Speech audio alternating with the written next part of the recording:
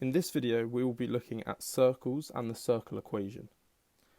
So circles, you don't really need to know much about at GCSE. It is more commonly looked at maybe GCSE further maths or A-level maths if you decide to do that.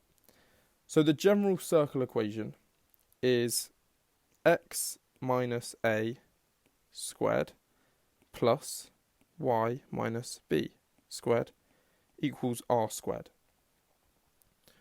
Now, you may look at this and think, what on earth is that? I don't know how to do that. A and B are the centre of the circle in terms of coordinates when it comes to plotting it, and R is the radius. Now, a lot of the time at GCSE, you only deal with circles that have a centre point of the origin, so 0, 0. Because of this, the main equation you're going to be dealing with is going to look more like this.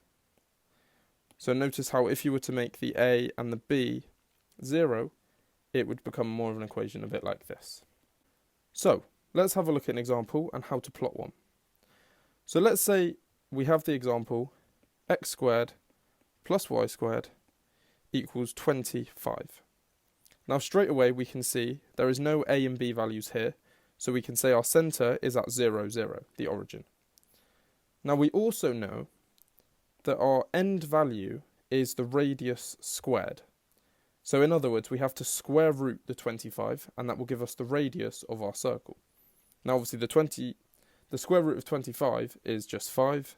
So if we mark on the points 5 squares away from the origin, it's going to look something like this. And then a rough sketch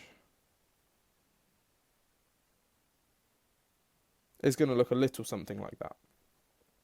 Obviously in an exam, you won't be expected to draw it perfectly because you can't really use a ruler for things like this.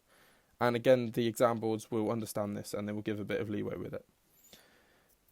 That is about all there is to it. So the only difference you may have is a different square number here. For example, it could be 36, 49. It could be something as small as 4 or 9. Most of the time, it will be a square number. However, some of you that are familiar with surds may be required to use a surd as the radius. But again, I don't think that is very likely, but it's always better to be safe than sorry. So that is an overview of circles and the circle equation. Thank you very much for watching, and I hope that helped.